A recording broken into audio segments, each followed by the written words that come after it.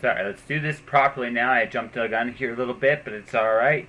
Welcome, everyone, to episode 29 of Just Joshing. I am your host, Joshua Penteleresco. I write stuff and podcast too, and we are back to literature this week when I talked with one of the nicest, sincerest, kindest, dare I say, legendary writers I know in GW Renshaw. Now, I'm going to be a little bit excessive on my compliments this podcast, because I know if he's listening to this, and he will, he's probably already blushing a little bit. I want to see if I can literally get him under his pillow going, no, I'm not that nice a person. The truth of the matter is, no joke, no BS, he's nice, he's sincere, he's observant, and he's one of the more funny, entertaining guys I've had the pleasure of chatting with on the podcast. He's always supportive with whatever it is I'm up to. So DW, this is part of the reason why I want him on the show was just as basically a small way of saying thank you. I'm glad he did it. He's got this great little series called The Chandler Affairs, which is, we talk about Veronica Chandler, and we talk about his books, and we talk about some of his other things he did in his life, and it like I said, it's truly one of an interesting conversation. We'll get to him in a bit. First, though, I'm going to come up with me. And a lot of cool things have been going on. I have been busier than a bandit, and the podcast hasn't been going on as regularly as it should have been as a result. I'm not going to promise I'm never going to be late again. There are some things I'm really, really behind on right now, because as of this writing, I just keep getting opportunities coming my way, and there are opportunities I want to do. And I've been meeting really fortunate people, and it's my acknowledgments for book 3 when I get, as that's one of the things I'm working on right now. It's going to include a lot more people this time in the local Calgary community, because I've been very fortunate with some of the people I've walked and run into these last few months. To mention all of them here is be an injustice, I think. I'd have to write them down. I am going to mention, though, like I said, it's really cool. I get to interact on a regular basis with some just very cool people, not just here, but elsewhere. And I consider that one of my best little blessings. It makes going to do the day job harder, though. I'm not going to get into the politics of my day job, because honestly, that they're not really important, other than to say that when you come back and you're meeting some of the people you're meeting, you're reading to in front of these people, it's the lows, some of the things that are considered important at my job, for whatever reason. There are days that's really tough to swallow. There are some really, really tough days. I can't deny it. So I am that is contemplating making some changes too. I'm seeing how some things play out in the next week. But it is what it is, and it will be this way, at least for the immediate future. I am slowly but surely getting the life I want in terms of what I am doing for a living. I've said this many times on the podcast. I don't believe I'm going to retire. I think the idea of the olden way of doing things is now obsolete. I don't see the same kind of retirement window that my mom might still get, and my grandmother kind of got, my grandfather did get. I just see those things as concepts that were nice and once there, and so everything I'm doing now is under the attempt to create that future I really, really want, and it's slowly happening, and I'm really grateful. If you do live in the Alberta area like I do, the big story this last week has been the Fort McMurray fire. I'm in a little bit of a different cat. I'm not here to say that I'm not going to say that it is not a terrible thing that the houses and stuff got destroyed. It is a terrible thing, but I don't worry about that. I don't look at homes and houses and property the same way. I don't have that history. I've never been. The fact that I've lived in Calgary for 7 years, honestly, and there's that part of me, even to this day, I'm still very expecting to go. I still have boxes around me. I mean, this is just, it's been so much of my life for so long. It's hard to let go of that, because it's not that I will never ever move again. I think the idea of me staying here the rest of my life, I don't think that's a realistic one. But I do think though that I should be a little bit more settled and happy and maybe enjoy it a little bit more than I do. But it's just I'm so used to moving and going back to Port McMurray. So when I look at a house or a business, or the town's going to be down for the rest of this year and probably for a good chunk of next year too, and that kind of sucks. But there are my friends, the people that lived up there, and there's a few of them. A buddy of mine up there is a Boilermaker, and he was working up in the wilderness. I was more concerned about his safety than any house. I wasn't worried about the fact that that the buildings are going to be rebuilt, and as damaging and as terrifying and as destructive the weather is up there and the fires have been. The fact of the matter is, at some point the fires will stop blazing and people can start rebuilding. And so I'm not really worried about things. I'm not saying anybody here from Fort McMurray, I'm not unsympathetic. It just, for me, I've moved so much, I don't have that history in a place that a lot of people have. So for me, it's just a place. And that's not me trying to be offensive or anything like that. Just that's how I see it. Those things don't matter. If you got your family, you're with people you love, that's the important part. And that's the part I think that I'm really happy with is so far as I'm aware of, as of this recording, there has been no casualties, human casualties. And I'm good with that. I'm really, really good with that. So that has been my concern. And like I said, all my friends are happy, or all my friends are out of there, or all my friends are in a safe place. I can't be anything but thankful for that. One of my friends was in an airport when her place when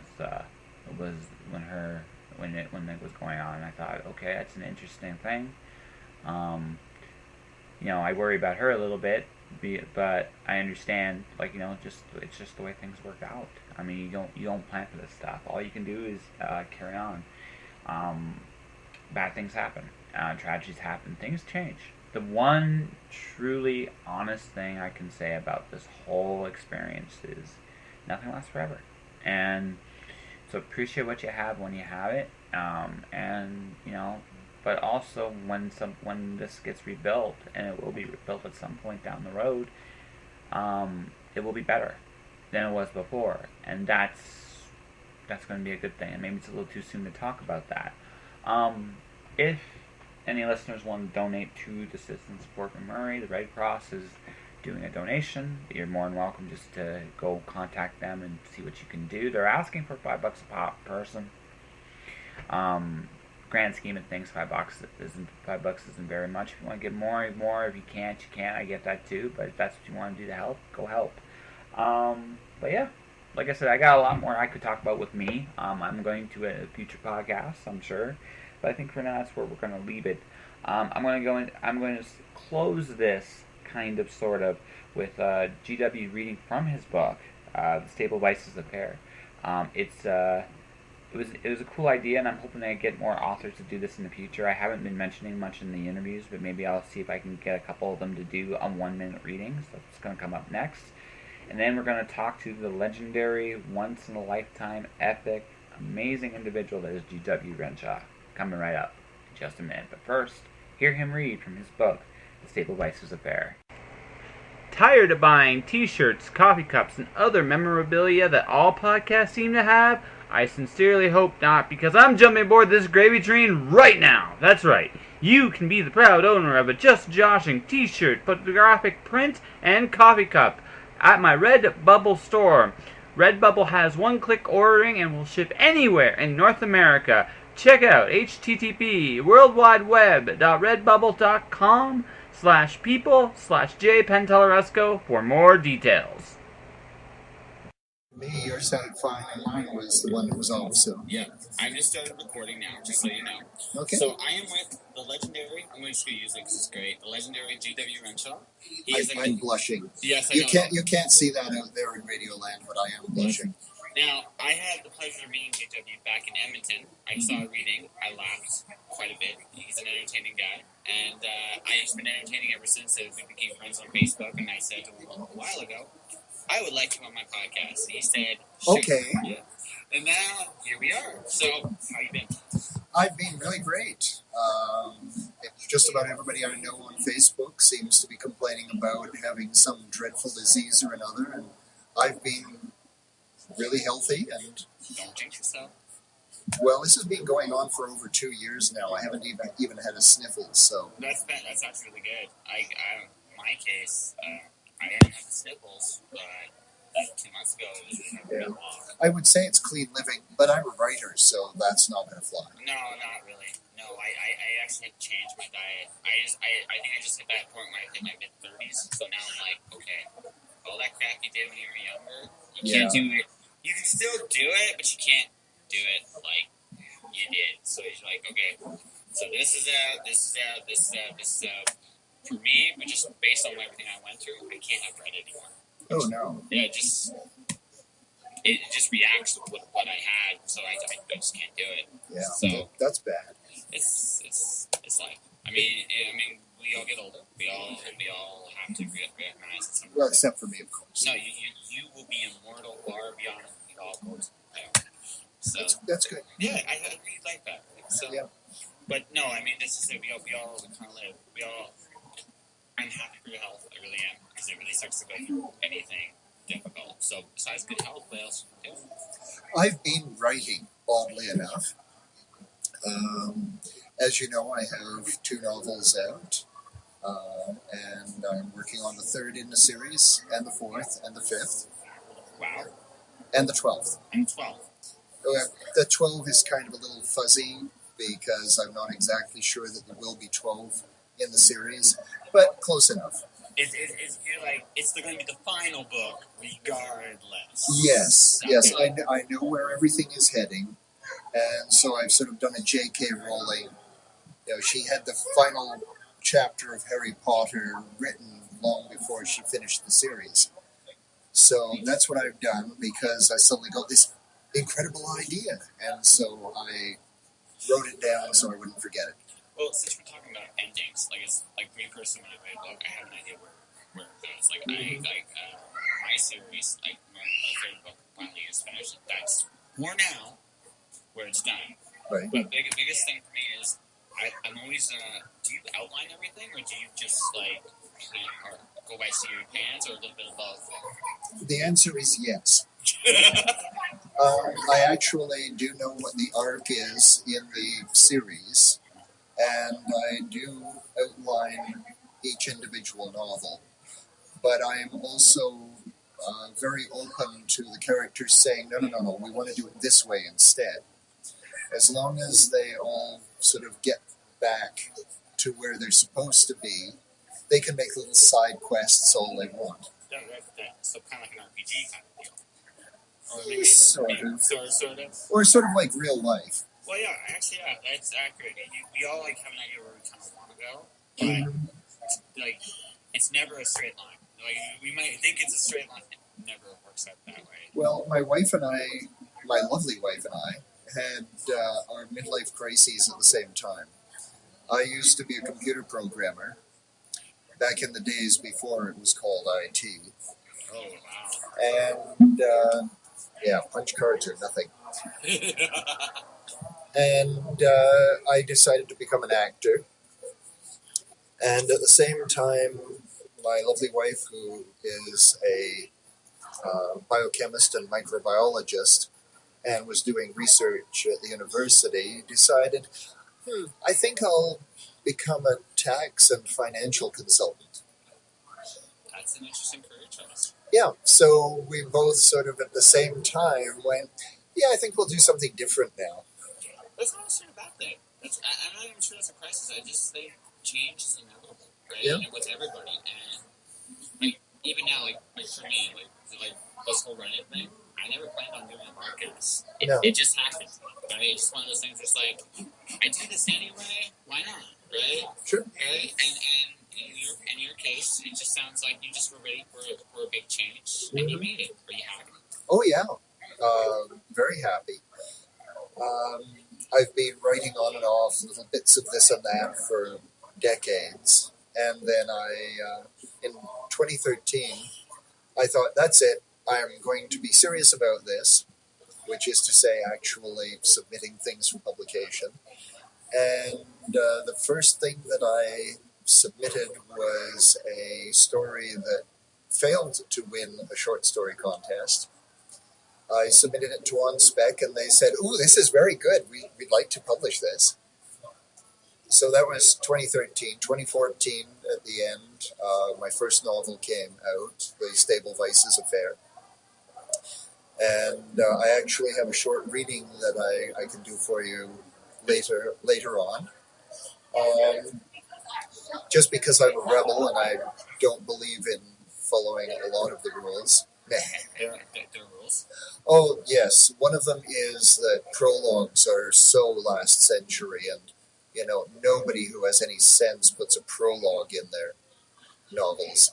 But sometimes you need just that little bit of spice at the beginning of the meal, to tease people. The funny part is, some of my favorite parts of novels sometimes are prologues. Because you get a real sense of the world like that. Like, you get that sense, and if it's done really well, it draws you in. And then you get into the story, and then you're wondering, why is this here? And when you figure it out, it's kind of hard. Oh, that's why that was in the prologue. Exactly. A really good set of prologues is in Doc Smith's Lensman series. Love that series. And because the whole thing forms a continuous narrative over a long period of time, he put in prologues that said, basically, in the last several novels, this is what happened. And it's only a couple of pages. But if you have read the other novels, then you just skip it and go on. And if you haven't, it brings you up to speed. I guess it's brilliant because every book, your book, is somebody's first. Yeah. Yeah, that's just how you gotta look at it, right? So if you're doing these big series, oh yeah, right, and I've seen this a lot in fantasy in particular. You do these big series, you can't get in on book 3 or book 4 because you have no clue what's going on. The first time I tried to read Lord of the Rings, I just picked up the book that was available and went, well, none of the other trilogies that I've read have required you to be in order, so I'll just start with The Two Towers.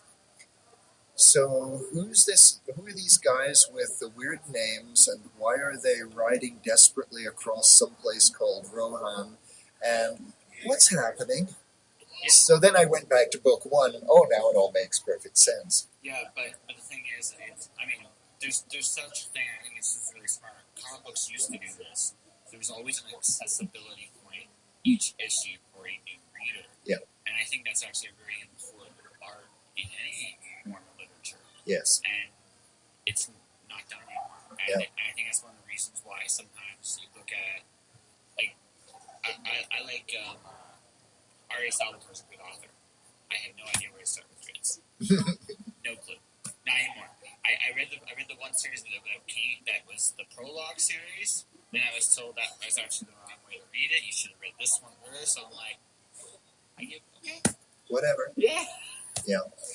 Well, there are series that I absolutely adore, but they never actually say which order they're in, unless you look in the front and guess, and then you go to read it, and you find out that you guessed wrong because they listed them in a weird order.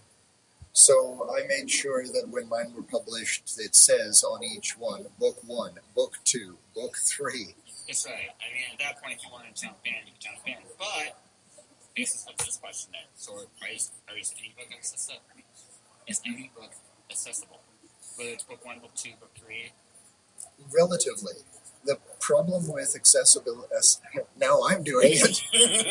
Man, we shouldn't have had those double scotches for lunch, should we? No, I was talking about it. Go good. Yeah. The problem with accessibility is that you end up, or you can end up, repeating a huge amount of material that, yeah, I read that in the last 3 books. I'm sick and tired of finding out, how this works, how that works, or who this person is. Yes, I know that's your best friend. We've read this 3 times before. So it it becomes very difficult to give people that standaloneness to each book, especially when it's part of a series where there are, believe me, huge changes happening in the protagonist's life. Well, yeah, and it's a balancing act, definitely. But I love, like, Terry Goodkind had this really cool thing. He described Caitlin's power in 2 sentences. Yeah. I liked it. Short, sweet, simple. Everybody got it. It was 2 sentences, no big deal. Yeah. Until he read it, like, book 8, where he decided to go to 2 pages. At which point I'm like, okay, done. Yeah. So I think there's a fine line. I think, like I said, I'm being very conscious, like I'm writing my 3rd book in the series, that Right. it might be, it's going to start exactly where the last one ended up. Mm-hmm. I'm trying, right, to establish a point where it's okay, this is your first book? Cool. Like, you know what I mean? Yeah. So. Yeah, there's a certain amount of stuff that you can put in without belaboring the point. One of my problems is that my protagonist is a very young private investigator. Now, in Alberta, you can actually do that. Alberta is one of the only jurisdictions where you don't have to have industry experience in order to get a PI's license. So the cutoff is 18. At 18 years of age, you can actually go to the provincial government and say, I want to write the PI licensing exam. Of course, you're kind of screwed if you haven't studied and if you don't know this stuff. But you can actually just walk in and do it. But you can do it, right? So, unlike most young PIs, going back to Nancy Drew, who was a complete amateur and just, did stuff, and she was never an actual private investigator. She just solved mysteries. So I wanted a protagonist who was a real PI and actually licensed, and then put her through the ringer from that point. Nice. So did she actually just turn 18 then when the series starts? That's when she gets her license. Yeah. Now, mind you, she does have a bit of a help with that because her mother is a homicide detective. And the Calgary police, at least used to, things change, right? Yeah. But it used to be possible if you were interested in becoming part of the force to say, well, I'd like to become an intern and see what it's like. And then you would, help with office work. You would, go on ride-alongs and that sort of thing, so that you get an idea of what really being a police officer was like, and then you could figure out whether you wanted to or not. Just because you mentioned this, I'm going to actually look this up to see if that's actually still possible today for the podcast, because it sounds like a really cool. It does. Yeah. They used to do the same thing with EMS as well. You could do ride-alongs on ambulances. I think that would get to me more, to be honest with you, personally. Like I said, my dad's in cell current health, and I understand sometimes when you look at somebody who's that kind of thing. I'm very empathetic about that kind of thing. I think that would just personally get to me, because I know EMTs definitely have another stuff. They're quick, right? Because if they're not, that takes a certain constitution. I don't think that happens. So but it's not something you want to get into if you have doubts about your ability to handle it. Yeah. When Criminal Minds started on TV, there was this big rash of people who went, oh yeah, I'd love to be a criminal profiler. Then you think about the stuff that they see every day and have to, basically dive in and swim through the minds of these people, and you go, maybe not. Well, that's it. Even journalism is the same way. If you understand how some of this, like how society works with the whole underbelly, it's brutal. It's kind of disgusting in some things in particular. Mm-hmm. So that's why, like, I remember a coworker on my day job. I told him where pet food came from.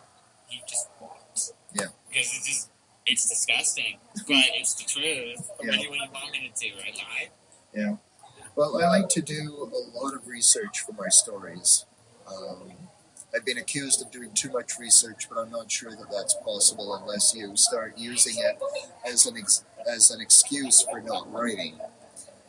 I can agree with that. But the thing is that if you're in EMS and I get something completely wrong about procedure or about treatment, you're going to throw my book across the room and say, well, this guy has no idea what he's talking about. What else has he gotten wrong? One of the most wonderful things that I discovered during research for this series, I was talking to a homicide detective, actually, and we were talking about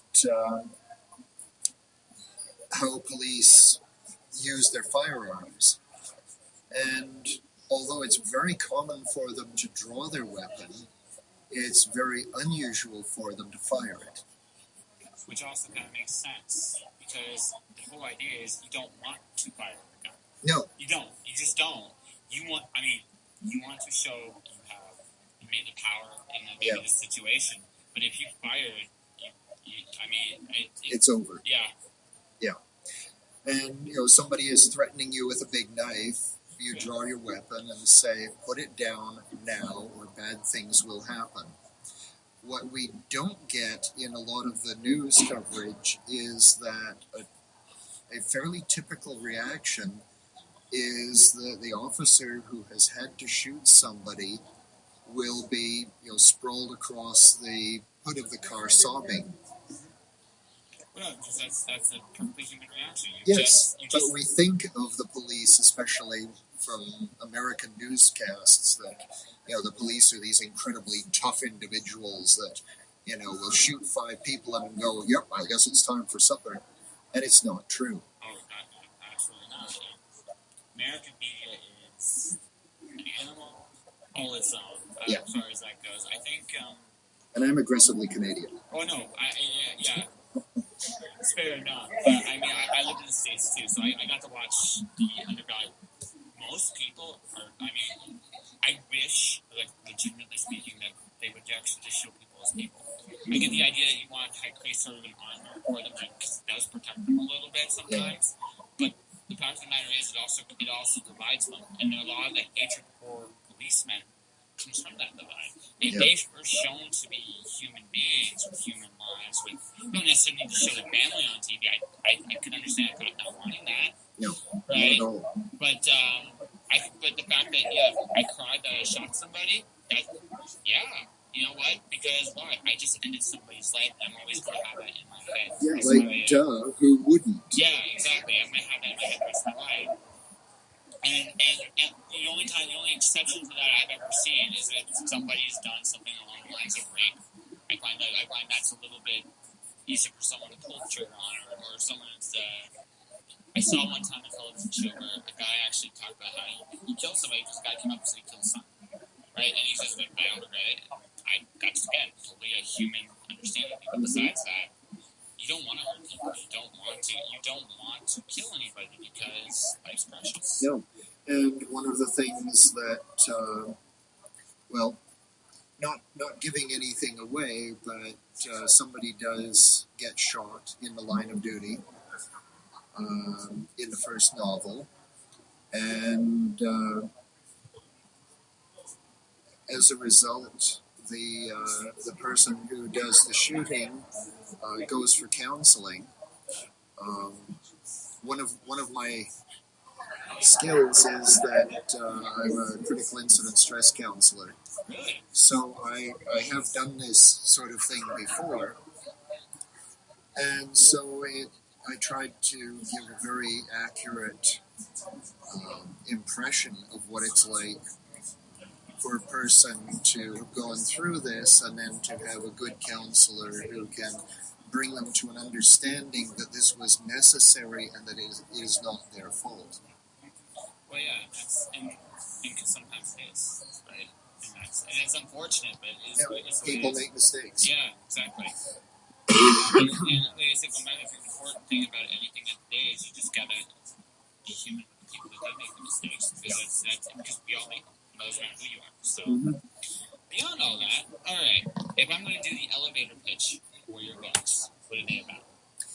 They are about a young lady living in Calgary who becomes a private investigator.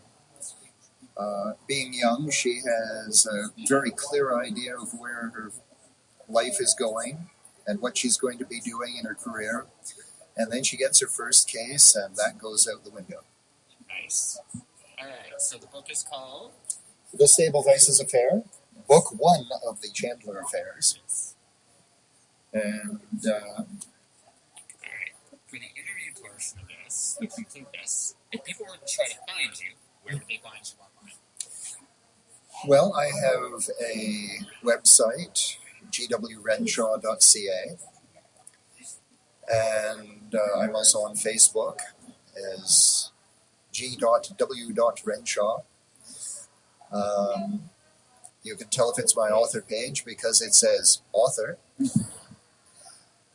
And my books are available on Amazon at the moment. They'll be spreading out later. And I'm actually looking at the possibility of doing them as audiobooks as well. Which, yeah, I know, which is a good market to get into. Yep, and they will also be translated into other languages at some point. Also, very, very helpful. Which one for Spanish, French? Esperanto. Okay, cool. All right, on that note, you want to be reading? Sure. So this is from the Evil Dreaded Prologue, and it's very short.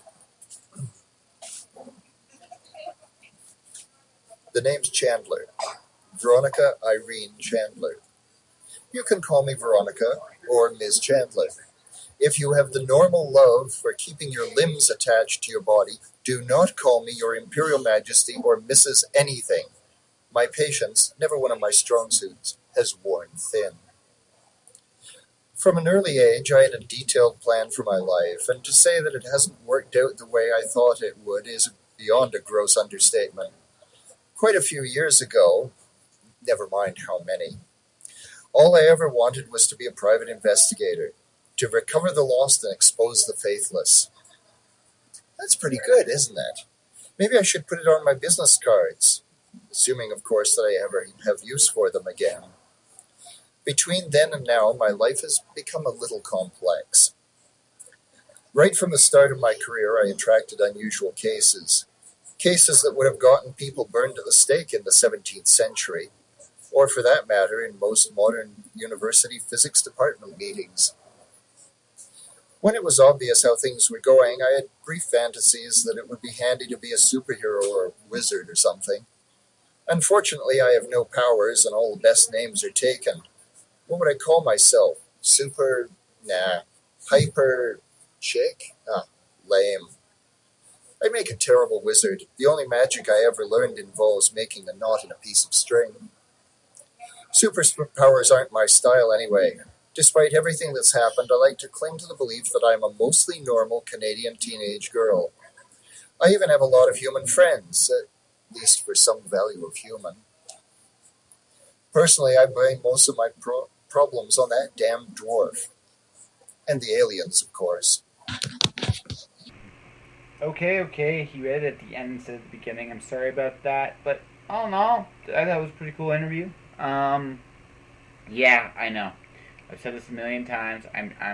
My goal is by episode 35 to have a microphone that actually works, so that from here on, when I do these live interviews out in the middle of who knows where and how knows what, that everybody sounds clear. Renshaw, for the most part, sounds super clear. I don't know why exactly, maybe just circumstances, but like I said, each interview's their own. For GW Renshaw, his next events are very shortly. He's doing a Taste of Local Authors. May 19th, 7 p.m. He'll be doing a reading, probably from his new book, which I'll mention right here and now.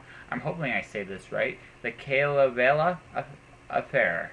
Calavela Affair. It's book 3 of the Chandler Affairs. It's currently 3 books out, and like I said, really fun, amazing stuff. I encourage you to check him out and support him. I did myself. I'm looking really at the Stable of Vices right below me. So far, it's entertaining as heck. I haven't finished it yet, but I know, based on everything I've read so far, it's going to be great. I want to thank GW Renshaw for coming on my podcast. He did it out of the kindness of his heart, and I really appreciate it. I'm hoping at some point down the road I get to have him on again. Really good, engaging conversations. Beyond that, if you want to get more information about him, check out his website at http://gwrenshaw.ca. You can also find him on facebook.com/gwrenshaw. Alright, we are live. Like I said, a lot of things are going on my end, so I'm going to try to keep this consistent. Hannibal Taboo is my next guest next week. I've been reading his column on comics forever, and I got to talk about that and some of the other things he's doing. Look forward to that. In the meantime, while I do what I'm doing, whatever it is you are doing, stay inspired.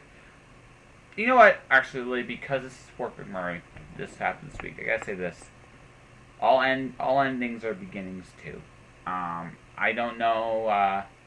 I'm not gonna say it's gonna be easy. There's gonna be adjustments for everybody. But you know what? It's gonna put everybody eventually into a better position, I think. So.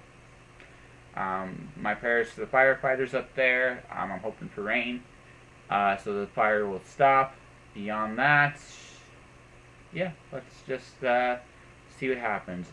All endings are beginnings too. So, on that note, guys, you stay inspired, you stay out of trouble.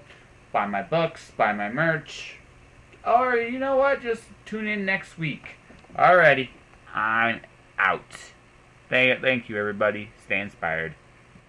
Josh.